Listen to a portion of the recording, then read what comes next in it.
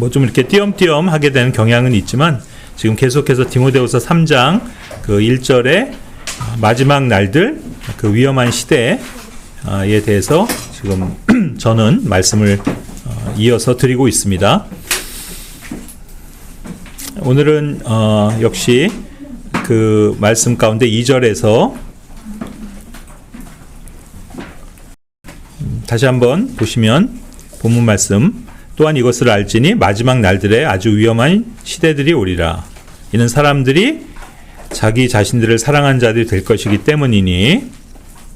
다음으로 탐욕스럽고, 지난번에도 말씀을 드렸던 대로 이 마지막 날들에 해당하는 위험한 시대가 이르면 사람들은 탐욕스럽습니다. 그런데 이것이 한 세대의 특징으로 제시되는 것은 단순히 인간이 본성적으로 탐욕스럽기 때문만이 아니라 전 인류가 탐욕이라는 큰 수렁 안에 빠지게 되는 어떤 시스템 또는 세력이 작동한다는 걸 시사해 줍니다. 다시 말해 인간 안에 내재해 있는 탐욕의 마음을 부추기고 극대화시킬 수 있는 그 뭔가 사악한 운영 체계가 이 세상 신인 사탄에 의해 조장되고 있다는 뜻입니다. 우리 믿음 있는 사람들은 이 세상에서 벌어지고 일어나는 모든 일들과 현상들에 대해 항상 영적으로 바라보는 시선이 필요합니다. 먼저는 역사 가운데 진행되어 온 어떤 사건들과 전개되는 상황들에는 하나님의 역사와 사탄의 역사가 공존해 있는 경우들이 대부분이라는 사실을 알아야 합니다.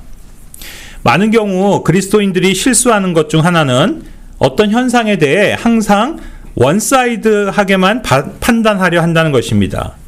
즉 어떤 일이 벌어지면 그것이 하나님이 하신 것이다 라고만 생각합니다. 또 어떤 일은 반대로 사탄이 하는 것이다 라고만 생각을 합니다. 그래서 마치 사탄이 뭔가 역사를 할 때는 하나님께서는 뒤로 물러나 관망하시다가 이제 하나님께서 나서서 일하기 시작하면 사탄은 그 일에서 손을 떼고는 옆에서 쉬고 있다고 생각하는 겁니다. 왜 마치 운동 시합 중에서도 컬링이나 양궁, 또 볼링, 당구, 골프 같이 이렇게 상대편과 번갈아가며 자기 순서에서 플레이하는 종류들처럼 상대팀이 플레이할 때는 가만히 옆에서 지켜보다가 끝나면 이번엔 내가 플레이에 나서고 그러면 또 그땐 상대방이 물러나서 내 플레이를 지켜보는 그런 식 말입니다. 그래서 매 라운드마다 성적이 다르고 그에 따라 희비가 엇갈리며 다음 라운드에서는 역전하려고 하는 식으로 경기를 해나가는 것처럼 마치 하나님과 사탄이 서로 번갈아가며 주도권을 쥐고 라운드를 이끌어가는 것처럼 생각하는 것입니다. 그래서 어떤 한 가지 사건이나 현상에 대해 그것이 하나님에게서 온 결과인지 아니면 사탄에게서 온 결과인지를 명확하게 한쪽으로 판정하고 싶어 합니다. 그러나 많은 경우 실은 두 진영의 활동과 역사가 동시에 진행된다는 점입니다. 그래서 예를 들어 다윗이 이스라엘 백성의 숫자를 계수한 그 동일한 사건에 대해서 사무엘하 24장 1절은 하나님께서 다윗을 움직인 것이라 말한 반면 역대상 21장 1절은 사탄이 다윗을 자극해서 한 일이라고 기록하고 있습니다. 기억하셔야 될 사실은 결코 하나님은 일하기를 쉬는 분이 아니시며 사탄도 일하기를 멈추는 존재가 아니라는 겁니다. 그래서 일면 일순간 어느 세력이 더 우위에 있거나 두드러져 보일지는 몰라도 일방적으로 한쪽만 역사하고 있는 경우는 없습니다. 여러분, 우리가 자동차를 운전하면 어떻게 가고자 하는 방향으로 차가 움직이는지 아십니까? 차에는 바퀴들이 있는데 그 바퀴들이 캠축에 의해 서로 연결되어 있기 때문입니다. 그래서 바퀴들이 움직이는 동선의 방향은 동일합니다.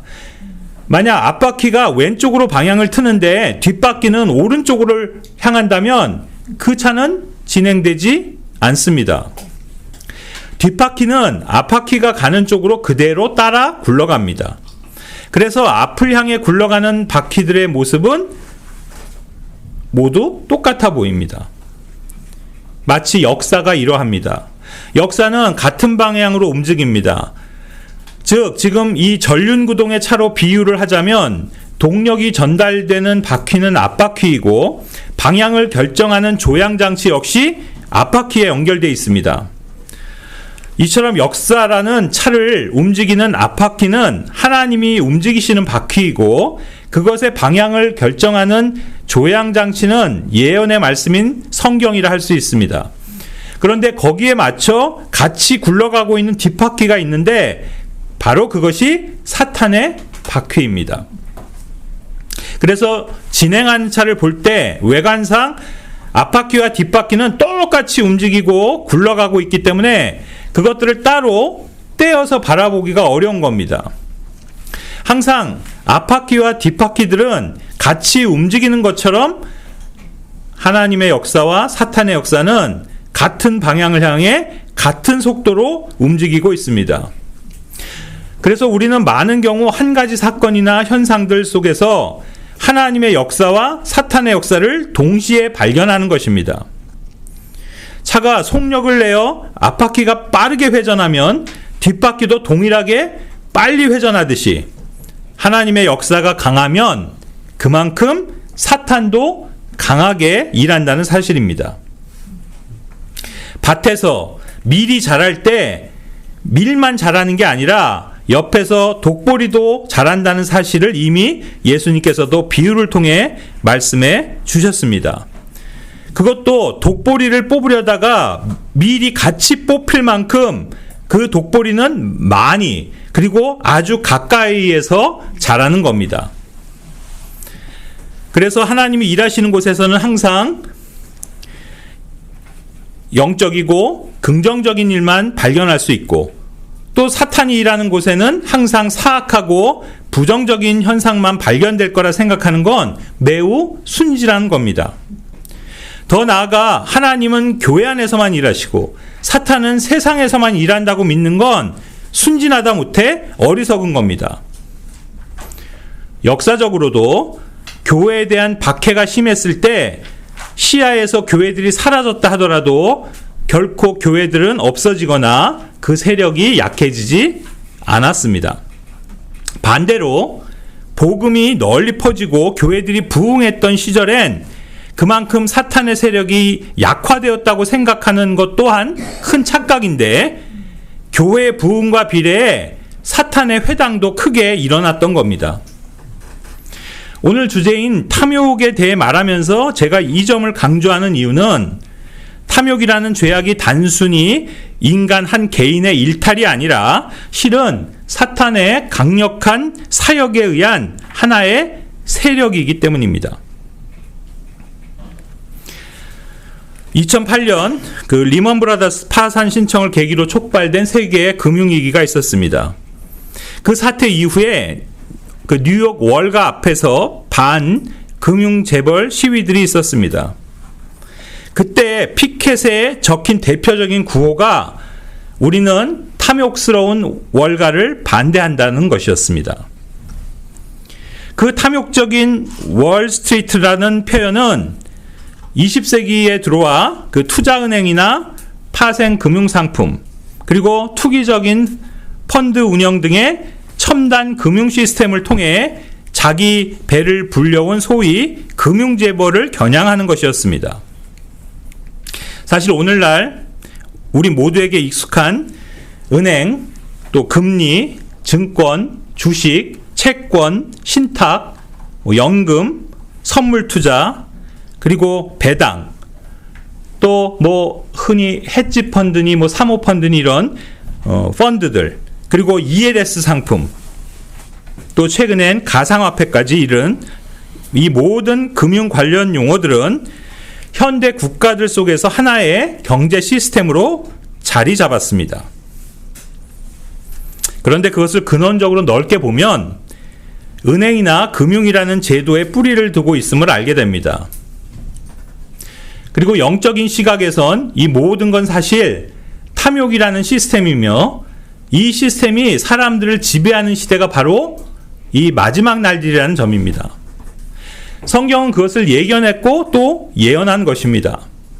그러면 사탄은 누구를 통해서 이런 경제 또는 금융 시스템을 구축했고, 어떻게 그 탐욕의 사악한 책략들을 실현해 왔을까요? 우리는 요한계시록 2장과 3장에 기록된 7교회를 기억하고 있습니다. 거기 기록된 7교회는 어떤 대표성을 지니는 교회들인데, 1차적으로 역사적인 면에서는 실제 사도 요한이 본 것들을 기록했던 그 1세기 당시에 실제로 세워져 있던 교회들입니다. 그리고 교리적으로는 계시록이 겨냥하고 있는 대환란 때에 관한 예언이기도 합니다.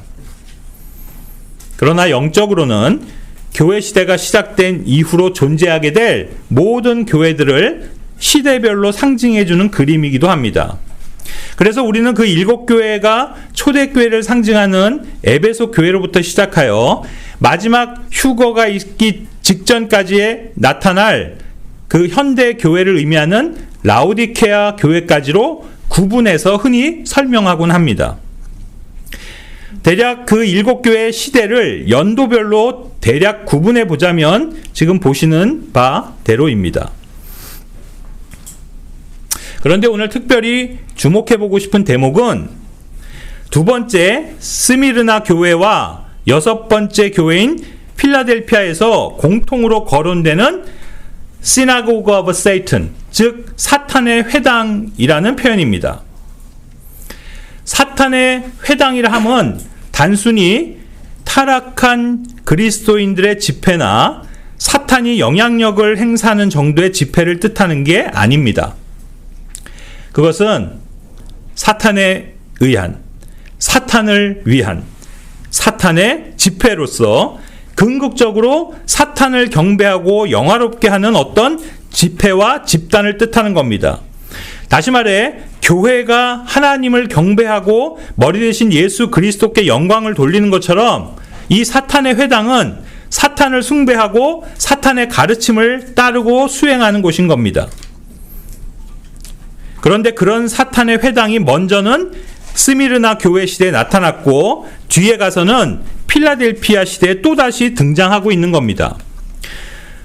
중요한 것은 이 사탄의 회당에서 발견되는 대표적인 특징인데 그건 다름 아닌 스스로 유대인이라고 말하는 것입니다.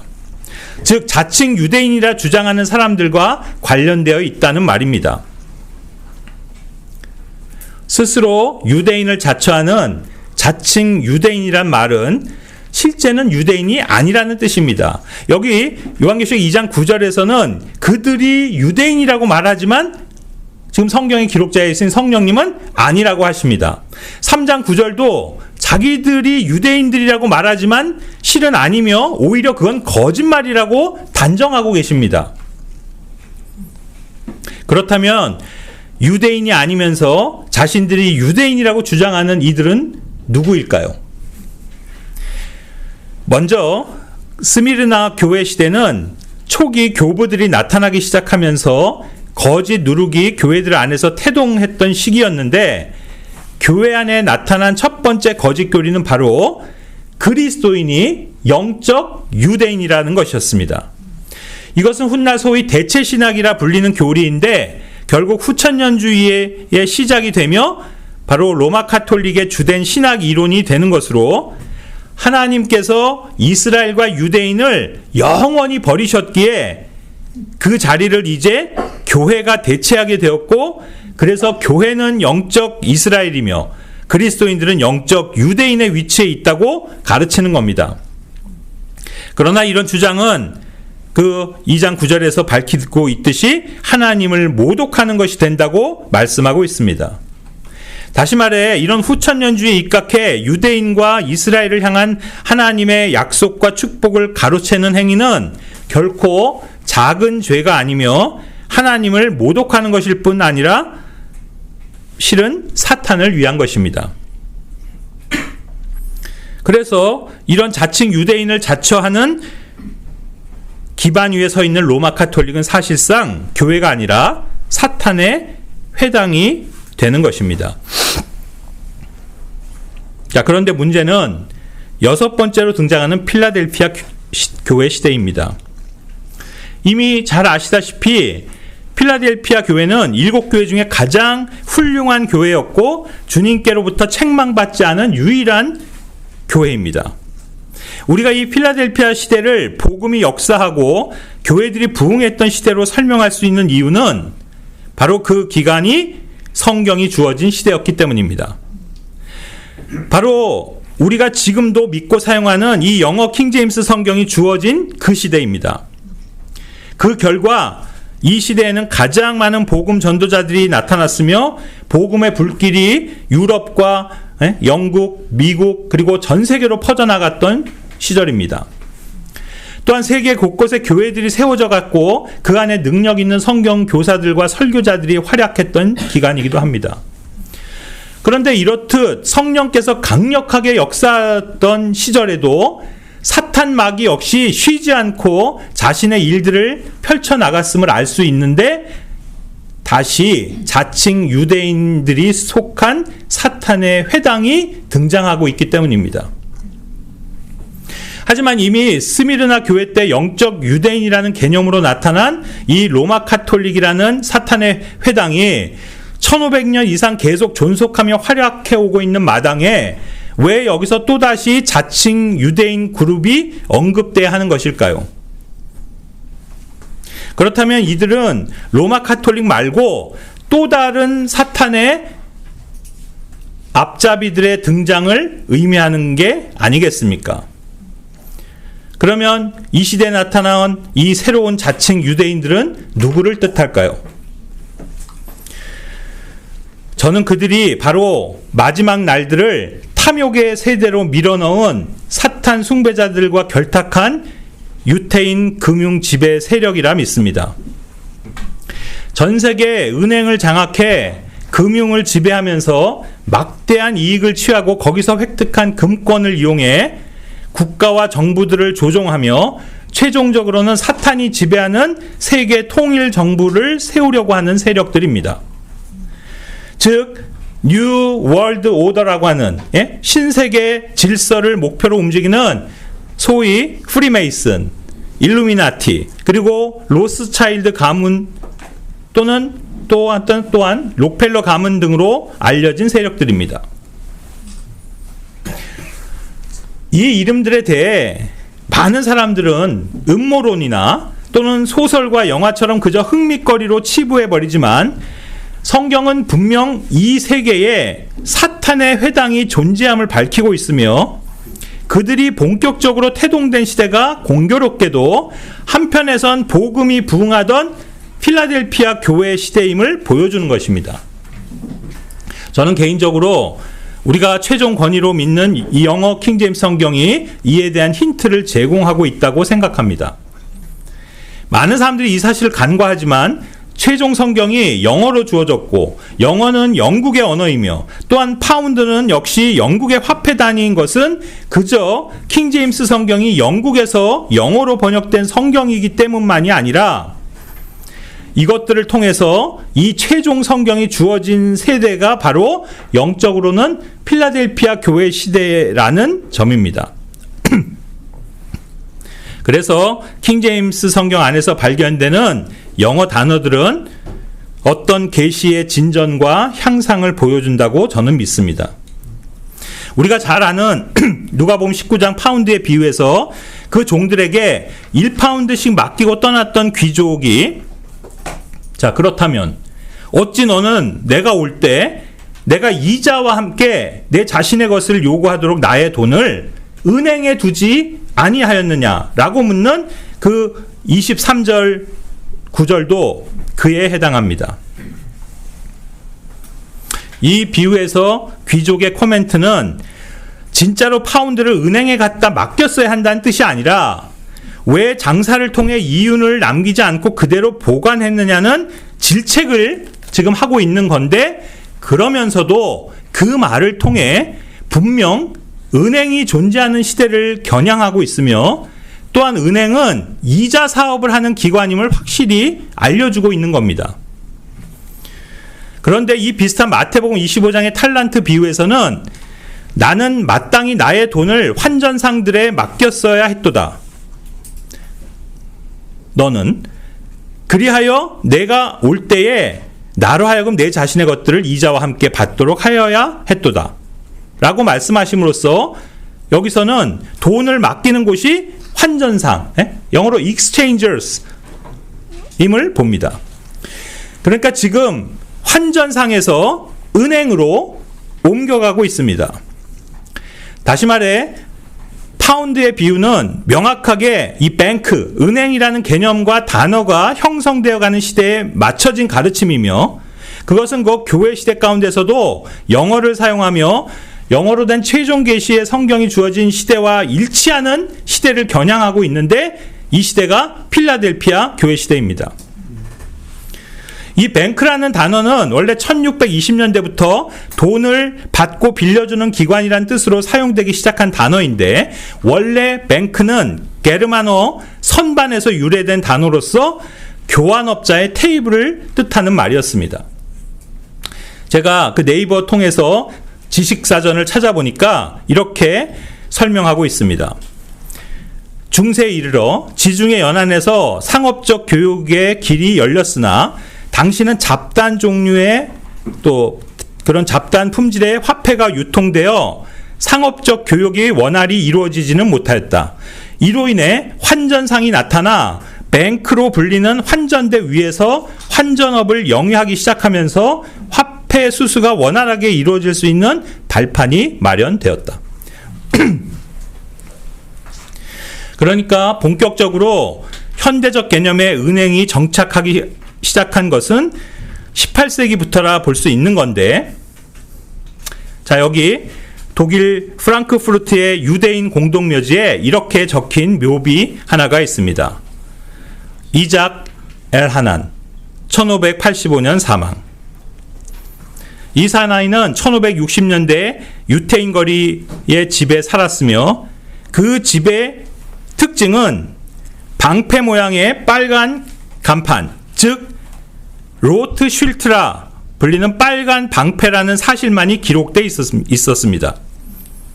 당시 유대인에게는 성이 허용되지 않고 이름만 주어졌습니다. 그로부터 200년이 흘러 이 집안은 그 빨간 방패를 성으로 삼아서 로스차일드라고 불리게 되었습니다. 이 가문에서 1750년대에 마이어 암쉘 로트실트, 영어식으로 부르면 메이어 암쉘 로스차일드라는 인물이 일어났는데, 그는 환전상이었습니다. 당시 독일은 235 공국 및 공장령에 의해 51개 도시가 있어서 저마다 독자적인 화폐를 발행하고 있었습니다. 따라서 프랑크푸르트 같은 큰 상업 중심지에는 금화나 은화로 제작된 아주 수십 수백 종의 화폐가 있었고, 그 화폐의 순도와 교환 시세에 정통한 상인의 존재가 필요했습니다. 그것을 주로 유대인들이 했습니다. 당시 유대인 사회는 카톨릭의 반유대 정서로 인해 비참한 삶을 살고 있었고, 그들이 그 비참한 개토를 탈출할 수 있는 유일한 방법은 카톨릭과 기독교가 금기시하는 이자업인 환전업을 하는 길뿐이었습니다. 이 마이어 암쉘 로트실트도 1764년 프랑크푸르트 게토에서 환전상의 일을 시작하게 되었고, 당시 헤센 카젤의 공작 빌헬름 9세와 거래하면서 그의 신임을 얻어 이제 1769년에 하나우 궁의 궁정 유대인이 되었습니다. 이 마이어에게는 5 아들이 있었는데, 첫째 아들이 암쉘 마이어, 둘째는 살로몬, 셋째는 네이튼, 넷째는 칼, 그리고 5째 이름은 제임스였습니다.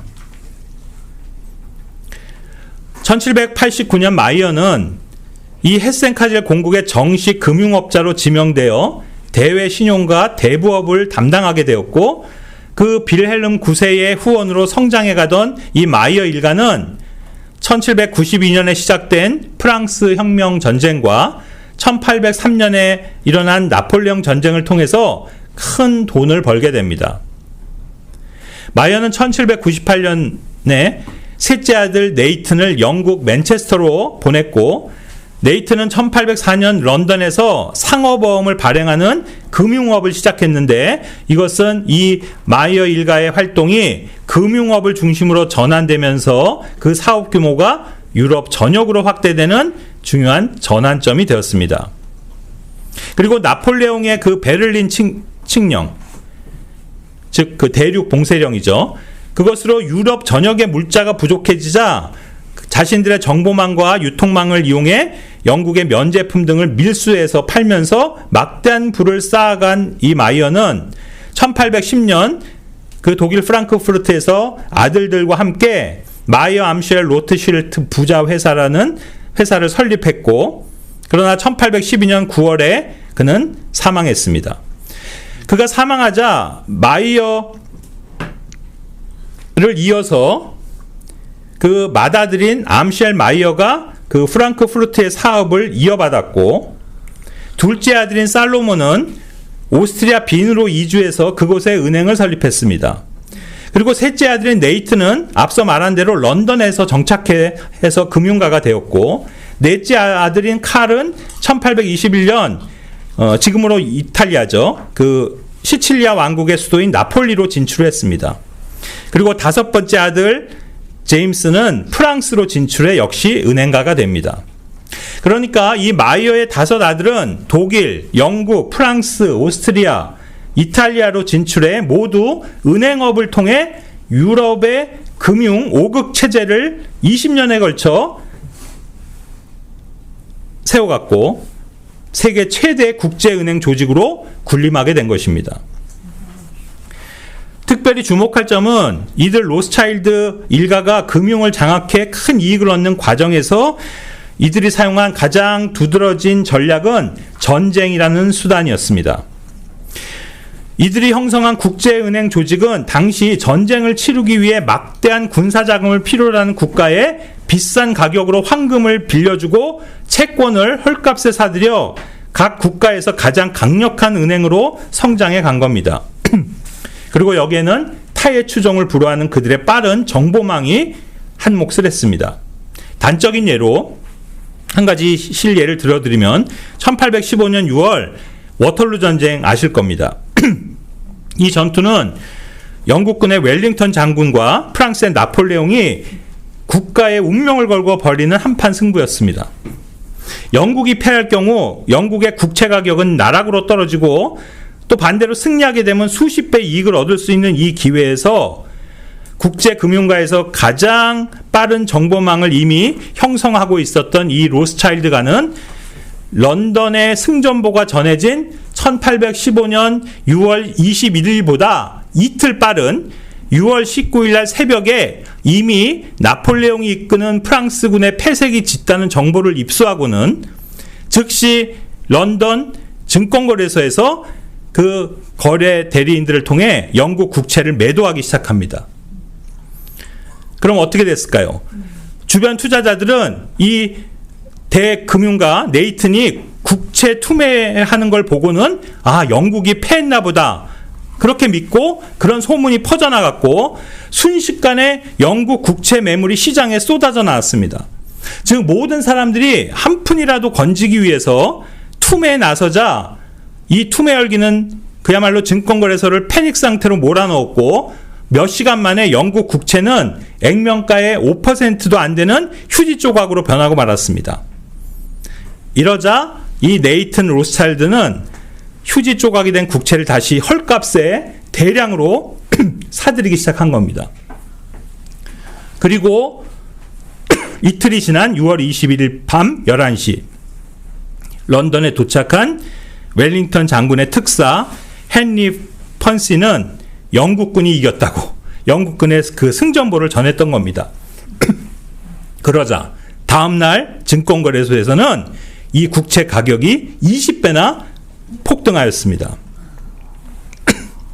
그 결과 영국은 전쟁에서 승리를 했지만 영국 국민들의 세금은 전쟁 빚으로 말미암아 고스란히 이 로스차일드가의 담보가 되어버렸습니다. 게다가 8%의 이자까지 내야 했습니다. 이때 원금과 이자는 모두 금화로 지불되어야만 했습니다.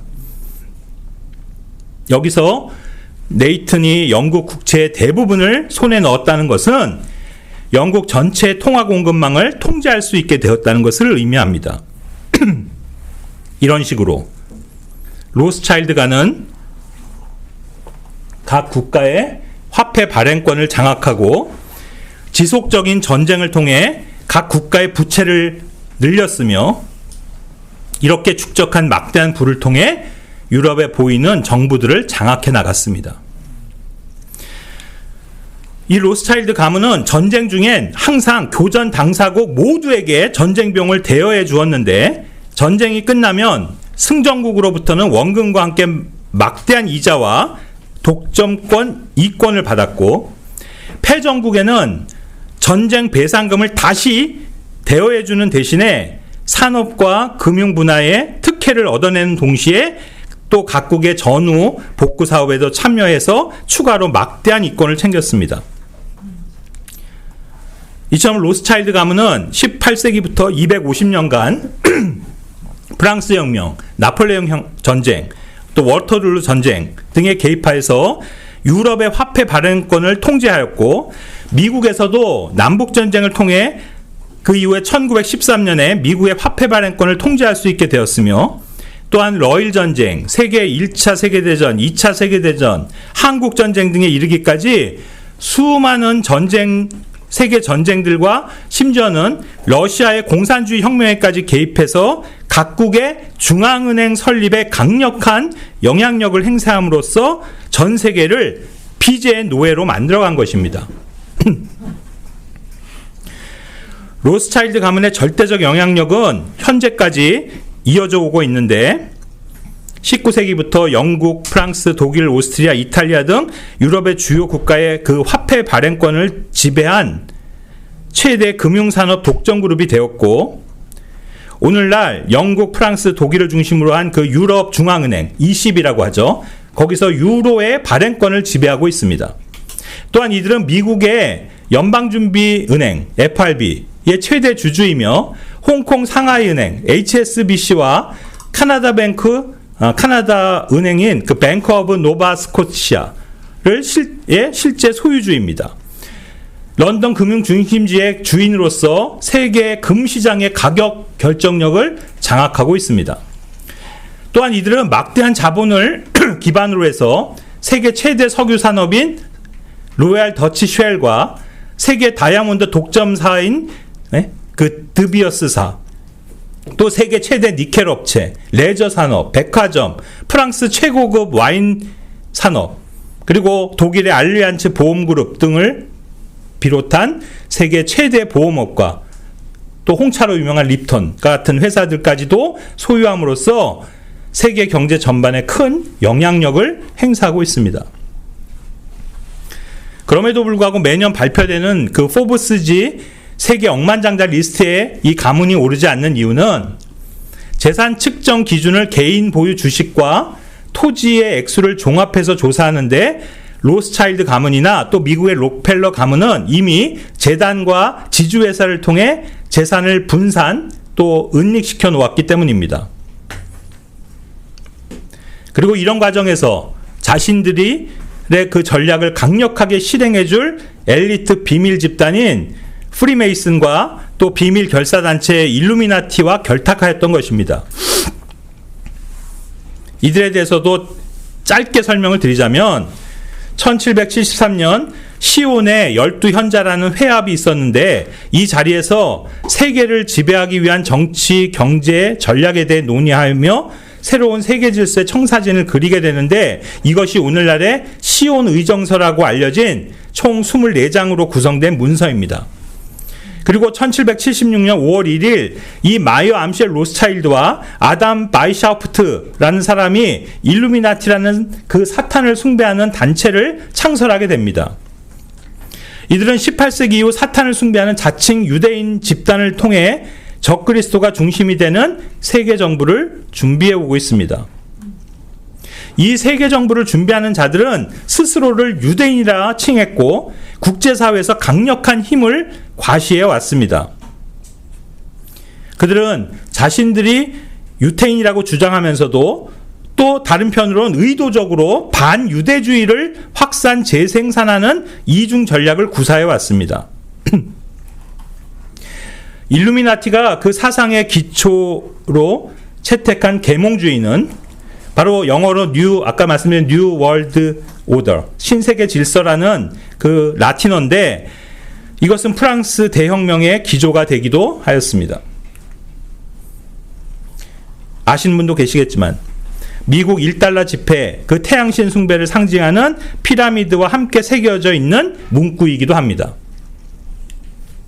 또한 그 피라미드 하단에는 일루미나티의 창설 연도인 1770년을 기념하여 그 MDCCL XXVI라고 쓰여 있습니다.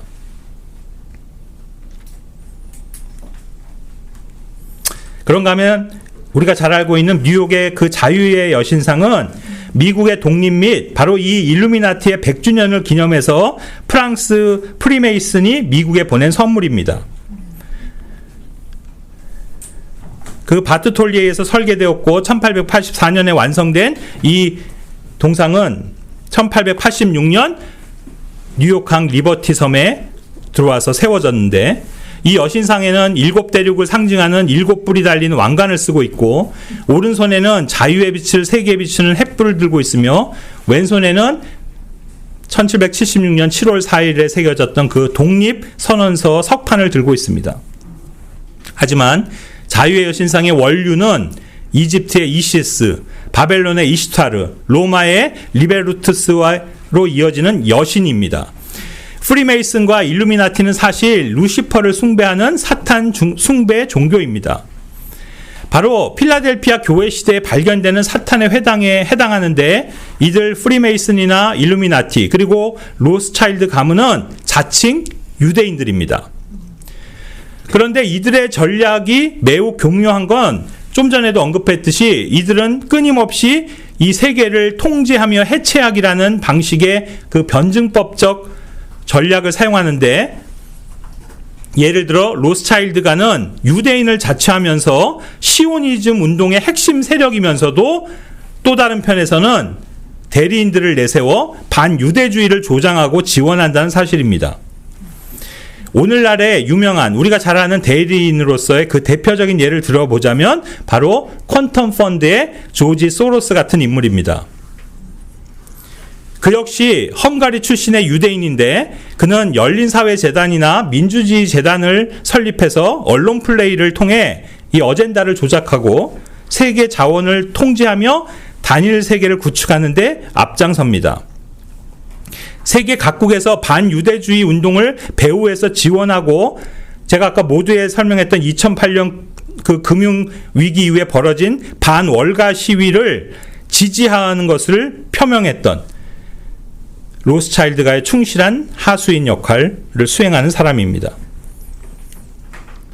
그렇다면 이런 사람들 그리고 그 로스차일드 가문은 유대인이 분명해 보이는데 왜 이들은 반유대적인 행태를 띠는 걸까요? 그리고 왜 성령님은 이들이 진짜 유대인이 아니며 그들은 거짓말을 하는 거라고 하실까요?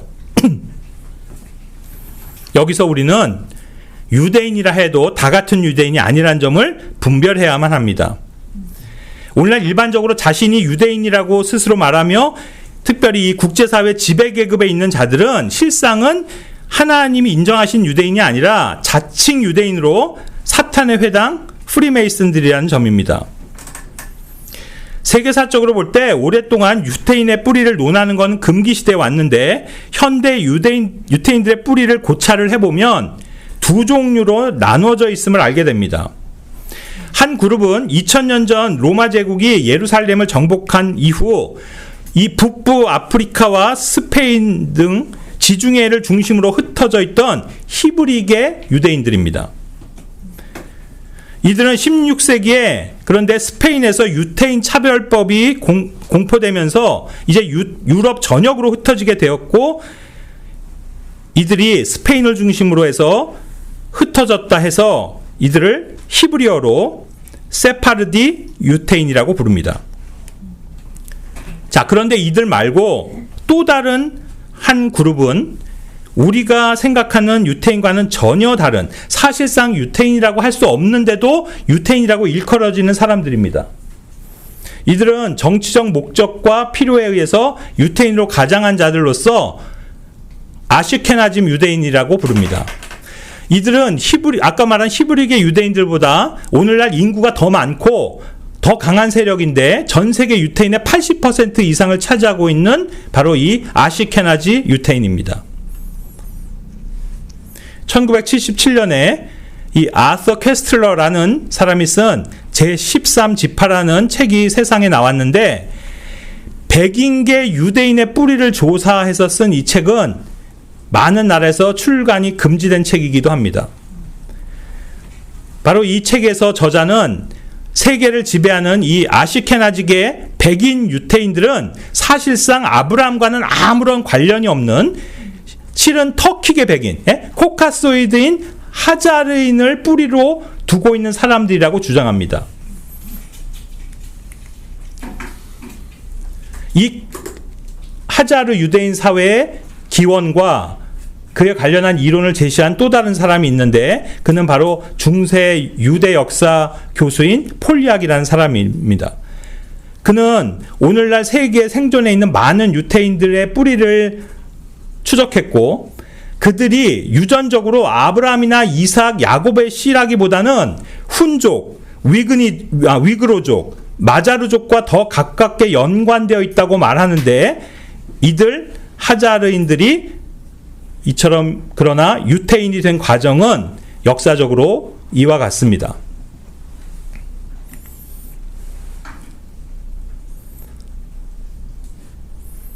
7세기경에 이 코카서스에서 카스피의 북쪽 중앙아시아에 인구 100만 명 규모의 하자르 칸국이라는 나라가 존재했었습니다.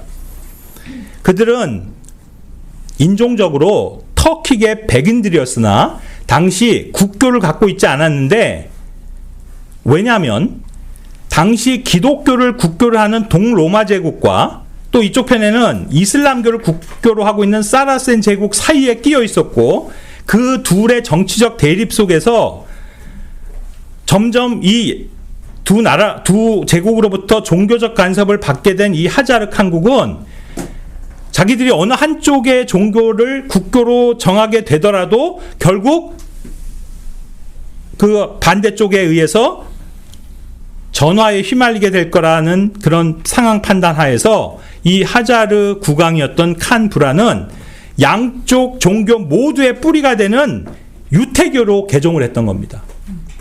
유태교를 국교로 삼은 거예요. 이 정책의 결과로 역사상 그 유래를 찾아볼 수 없는 셈 계열의 민족이 아닌 다른 족속의 유태인이 탄생하게 된 것입니다.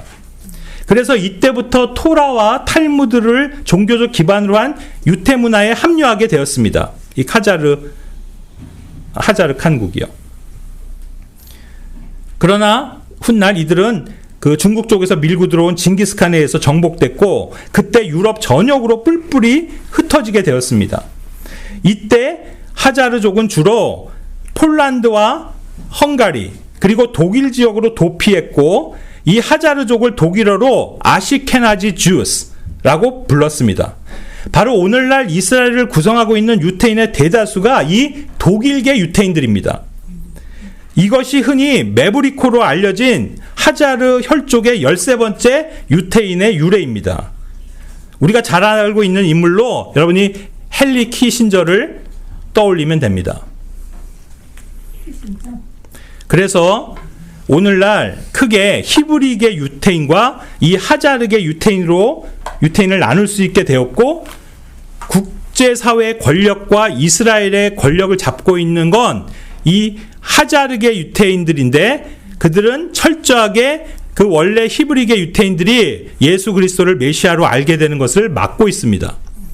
물론 하자르계 유태인을 모두 싸잡아 정죄할 수는 없지만 분명한 건 그들은 진짜 유태인 혈족이 아니며 그중 많은 수가 국제사회에서 사탄을 숭배하는 프리메이슨, 또 일루미나티와 연관되어 있고 로스차일드가를 대표로 국제사회를 조종하며 세계를 하나로 만들어가는 핵심 집단이라는 사실입니다.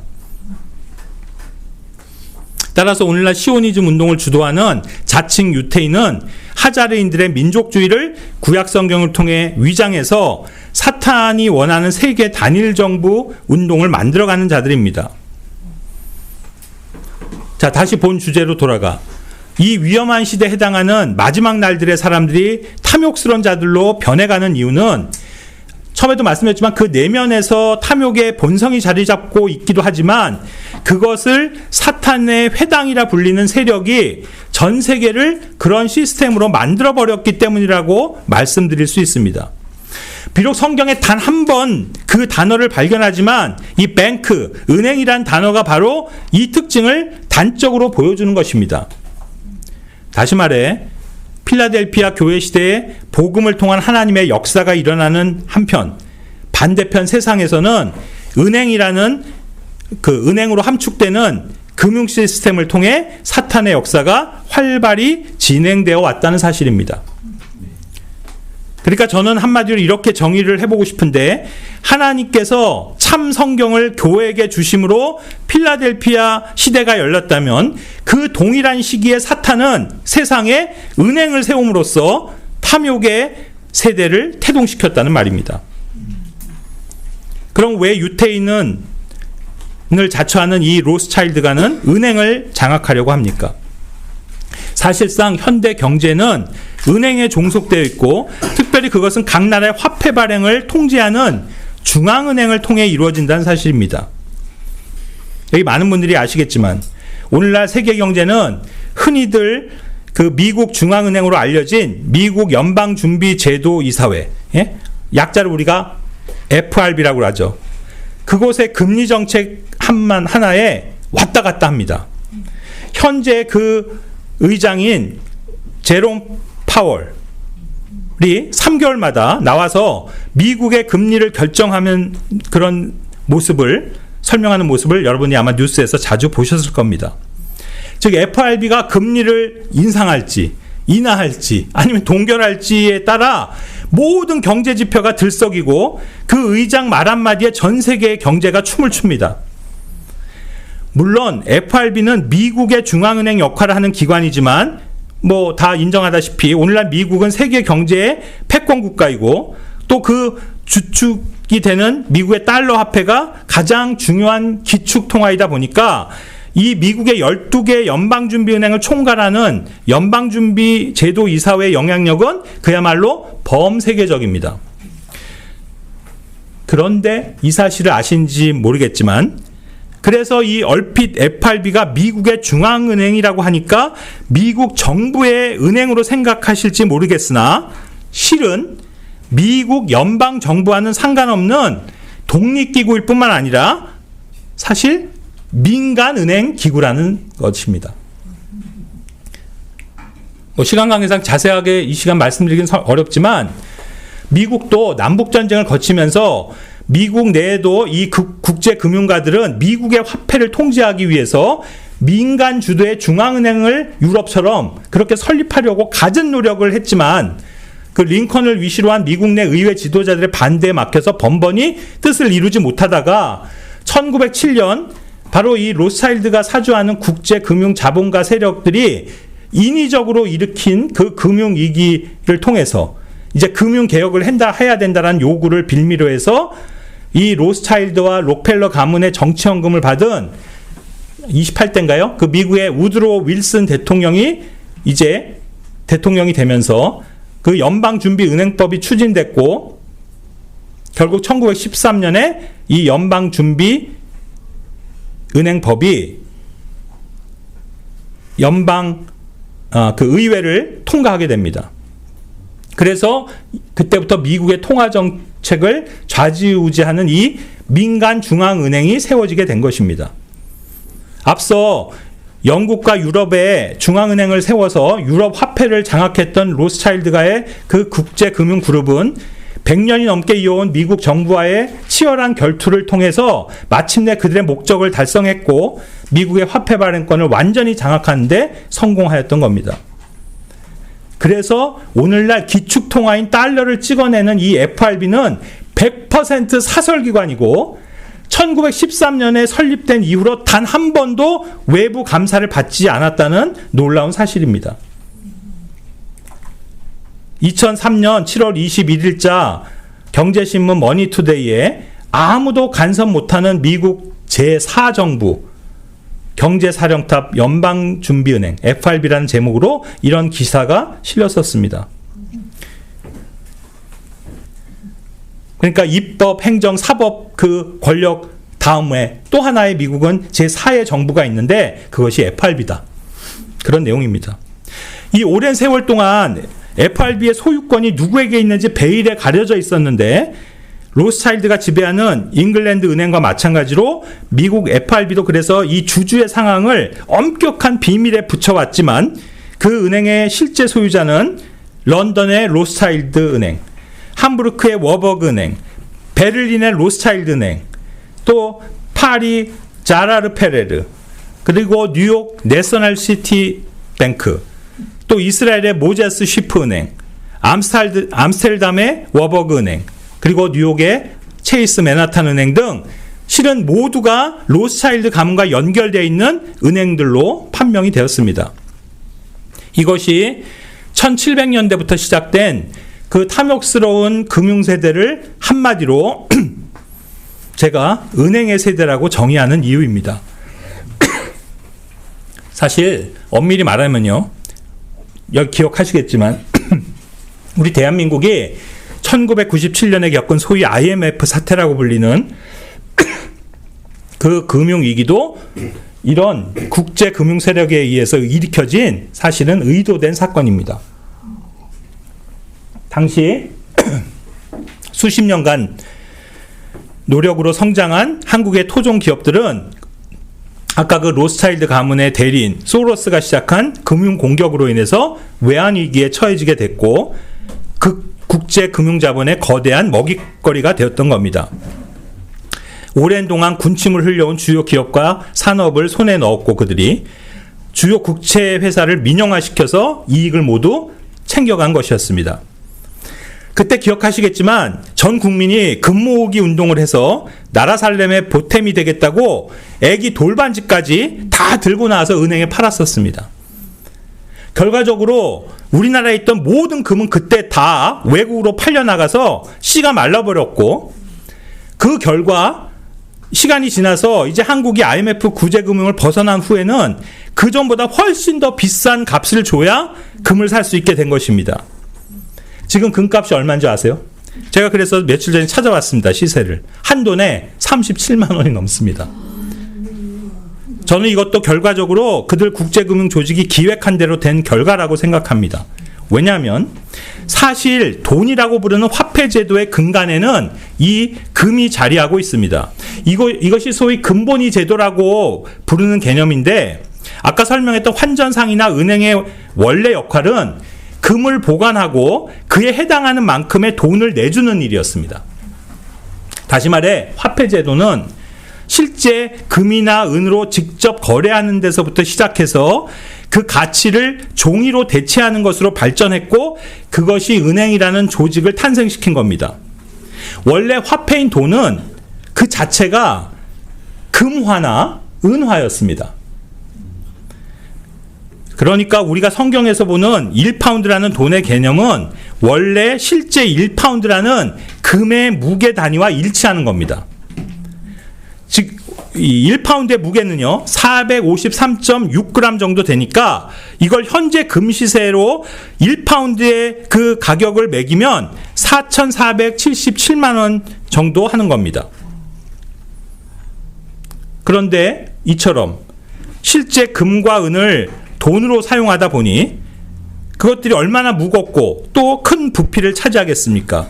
그래서 초기에 은행은 금을 맡아 보관하면서 그 가치만큼의 액수를 적은 은행권이라는 종이를 발행하기 시작했고, 그것이 우리가 지금 사용하는 지폐의 기원이 된 겁니다.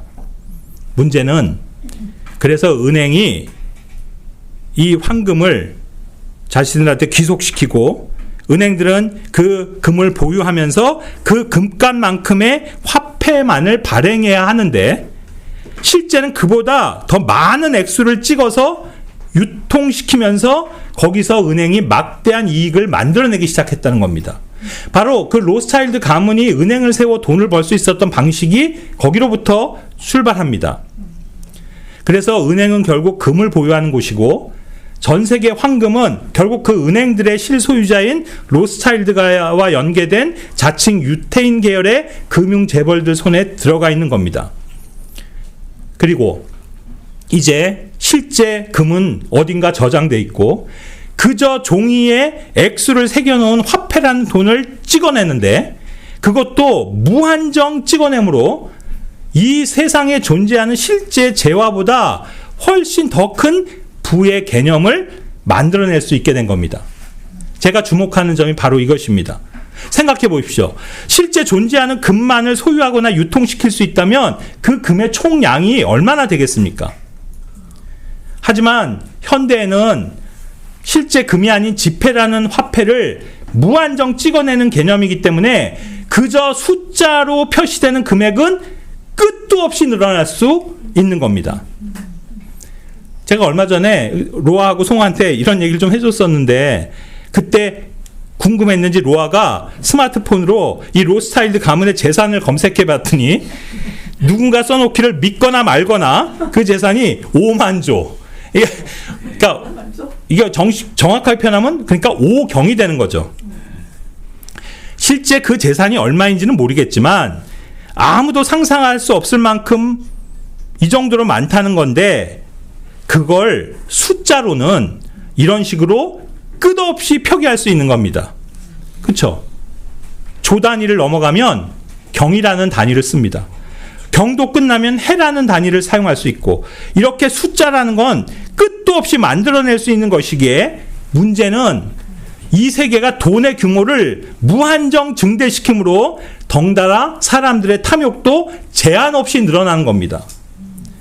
지난번에도 말했던 것처럼 소위 오늘날 슈퍼리치라 불리는 사람들은 이미 몇십, 몇백조 단위의 재산을 갖고 있으면서도 그 탐욕을 멈추지 않는 이유는 이처럼 오늘날 부라는 개념은 무제한으로 증대되기 때문입니다. 다시 말해 지구상 모든 인간들이 끝없이 탐욕을 추구해도 될 만큼 부는 충분한 겁니다. 그러니 어떻게 만족하고 자족할 수가 있겠습니까? 이 성경은 만족할 것을 주문하고 있지만 현대인들은 어떤 수준에 도달해도 만족하지 않는 것입니다. 그래서 저의 이런 표현이 어떻게 들릴지 모르겠지만, 사탄이 만들어낸 이 세계는 만족할 필요가 없는, 아니 만족하지 않아도 되는 세상입니다. 왜냐하면 끝없이 탐욕을 부려도 될 만큼 돈은 계속해서 만들어낼 수 있기 때문입니다. 동시에 그만큼 끝없이 화폐를 찍어낼 수 있는 은행은 개인이나 기업이나 심지어 국가 정부들에게도 끝없이 돈을 빌려줄 수 있게 된 겁니다. 제가 예전부터 참 의아하게 생각했던 건 이 세계 어떤 국가도 빚이 없는 나라가 없다는 사실입니다. 국가 간에 상호 채무도 있고 채권도 있지만 어떤 국가든 상상할 수 없을 만큼 큰 채무를 가지고 있다는 것입니다. 여러분, 우리나라의 현재 채무가 얼마인 줄 아세요?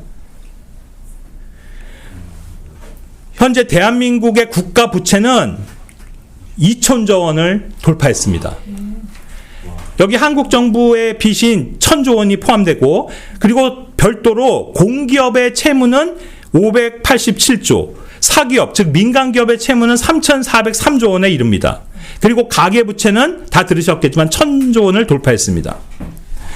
그런데 미국은요, 무려 34조 달러, 그러니까 우리 돈으로 4경 원이 넘는 국가 부채를 갖고 있고, 일본은 1경 2천조 원, 영국은 3,600조, 중국은 2,400조 원이 넘는 빚을 국가가 갖고 있습니다.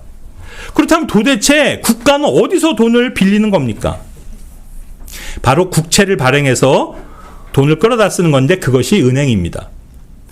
물론 은행은 개인들이 예금한 돈의 일부를 이 국채 매입에 사용하는 것이지만 결국 그 돈을 발행하는 곳이 중앙은행이고 국채를 담보로 잡고 있는 것도 중앙은행이라 할 수 있습니다. 그러니 한 국가의 중앙은행을 소유하거나 장악하고 있는 금융 세력이 있다면 그 정부나 국가마저도 실은 그 사람들에게 목줄을 잡혀 있는 꼴인 겁니다. 더 나아가 전 세계 국가를 상대로 돈을 빌려주고 또 이자를 받고 있는 그 국제결제은행 BIS나 IMF, 국제통화기금, 또 월드뱅크라고 불리는 국제부흥개발은행, IBRD라고 하죠. 또 유수의 그 민간 투자은행들 역시도 실은 이 자칭 유태인 계열의 금융세력인 로스차일드가에 의해 장악되어 있기 때문에 전 세계가 사실은 그 세력에 종속되어 있다 해도 과언이 아닌 겁니다. 그래서 이 유태인 금융 세력의 최종 목표는 온 지구상에 단 하나의 중앙은행을 세워 통일된 화폐를 통제함으로 궁극적으로 적그리스도가 통치하는 단일 세계 정부의 그 경제 체제를 완성하려고 하는 것인데 그것이 짐승의 표로 일컬어지는 666 체제입니다. 그러므로 은행이란 단어로서 함축할 수 있는 이 금융 시스템의 올가미는 오늘날 전 세계 대부분 사람들을 돈의 노예로 삼고 있으며 그들을 지속적인 탐욕의 굴레에 사로잡히도록 하고 있는 겁니다. 바로 그것이 돈을 빌려 쓰고 이자를 갚는 이 시스템입니다. 앞서 본 대로 국가나 정부 그리고 기업뿐 아니라 오늘날 대다수 개인들은 결국 은행으로부터 채무를 지고 있습니다. 1933년 그 미국 연방준비은행 FRB가 근본이자를 폐지하고 아무런 가치가 없는 그 신용을 담보로 무한정 돈을 찍어내기 시작했고 또 그 돈을 무한정 빌려주기 시작했습니다. 아마 여기도 저뿐 아니라 많은 분들이 금융권에 일정 채무가 있을 겁니다. 사실이지 오늘날은 얼마나 빚 없이 살아가기가 힘든 세상이 돼버렸습니까? 학자금 대출, 주택 대출, 전세자금 대출, 또 사업자금 대출 등등. 그리고 돈을 단시간 내 쉽게 벌 수 있는 기회를 제공한다는 명분하에 각종 신용대출을 해줍니다. 주식 투자도 내 돈이 400만 원만 있으면 1000만 원까지 주식을 살 수 있도록 증권사들이 신용대출을 해줍니다. 또 요즘 여러분이 뉴스에서 많이 들었겠지만 그 자주 등장한 공매도라는 제도가 있죠. 내가 갖고 있지도 않은 주식을 팔아서 실제 주가가 나중에 하락하면 그 차익을 버는 방법도 있습니다. 그런데 가만히 생각해 보면 이런 금융 시스템들은 뭐 집을 살 수 있게 해주고 대학 공부를 마칠 수 있게 해주고 창업을 할 수 있게 도와주고 단기간에 돈을 벌 수 있게 해준다는 그럴싸한 명분들을 내세우지만 그 모든 것의 본질은 결국 탐욕을 부채질해 주는 것입니다. 돈을 쉽게 빌릴 수는 있지만 이자 때문에 원금을 갚기는 쉽지 않아서 오랜 기간 빚의 노예로 살아가게 합니다. 힘들게 하나의 빚이 다 갚아지나 싶으면 또 쉽게 또 다른 빚을 지게 됩니다. 물론 이유도 있고 명분도 있지만 결국 한 번 은행에 신세를 지기 시작하면 평생 은행의 속박으로부터 자유롭기가 쉽지 않은 겁니다. 그 누가복음 19장 파운드의 비유는 마지막에 1파운드를 고이 수건에 싸서 보관했던 그 악한 종의 이야기로 마무리되고 있지만 아마도 오늘날 같으면 거기에 이런 종도 등장할 수 있을 거라고 저는 한번 상상해 보았습니다. 어떤 종이 그 귀족 앞에 와서 이렇게 말합니다. 저는 당신이 주었던 1파운드 외에도 바로 당신이 언급한 그 은행에 가서 대출로 1파운드를 더 받아서 그것으로 사업을 더 크게 벌렸고 더 많은 이익을 낼 수 있었습니다. 자, 여기 그 번 돈이 있습니다. 이렇게 말이죠. 만일 그렇다면 그 종은 귀족으로부터 칭찬을 받을 수 있을까요? 그렇지 않을 거라고 저는 분명 확신합니다. 설사 더 큰 이익을 냈다 하더라도 그 귀족은 자신이 준 돈 말고 은행에서 돈을 빌려 이익을 내는 것을 기뻐하지 않았을 겁니다. 예수님 역시도 우리에게 주신 것에 대해 우리가 그것을 만족해하면서 그것만으로 최선을 다해 이익을 내길 원하시지 이 세상 은행에서 빌려 이익을 만드시길 바라시지 않으실 겁니다. 문제는 이것입니다. 현대은행과 금융은 사람들로 끊임없이 탐욕을 추구하는 길로 가게 한다는 것입니다. 마지막 날들은 그저 한 개인이 탐욕을 부리는 것에 주목하는 것이 아니라 바로 이렇게 온통 탐욕의 시스템으로 구축되어 있는 이 세상 제도와 그 기구들 그리고 그것을 막후해서 조정하는 세력들에 의해 위험한 시대가 되었다는 것입니다. 그리고 이 마지막 날들을 살아가는 그리스도인들은 이런 구조적인 탐욕의 길을 역행해서 살기가 그만큼 어렵다는 사실입니다.